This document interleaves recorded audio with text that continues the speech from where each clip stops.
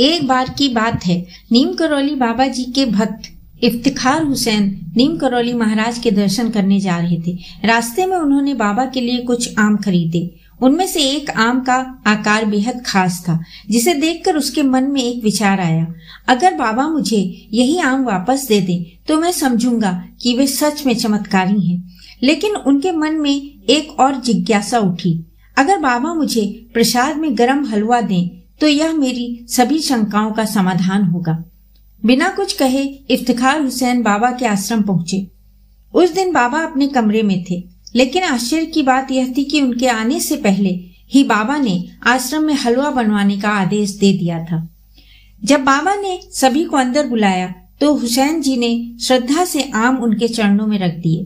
बाबा मुस्कुराए और बिना एक पल की देरी किए वही आम उठाकर हुसैन को लौटा दिया, ठीक वही आम जिसे वे अपने मन में चाहते थे।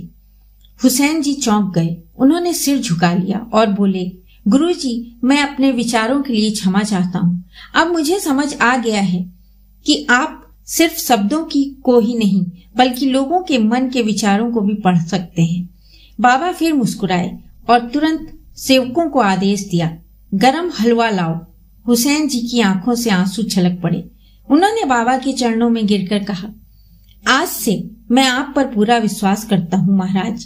बाबा नीम करौली महाराज केवल भक्तों की इच्छाएं ही पूरी नहीं करते थे, बल्कि उनके मन में क्या चल रहा है यह भी जानते थे।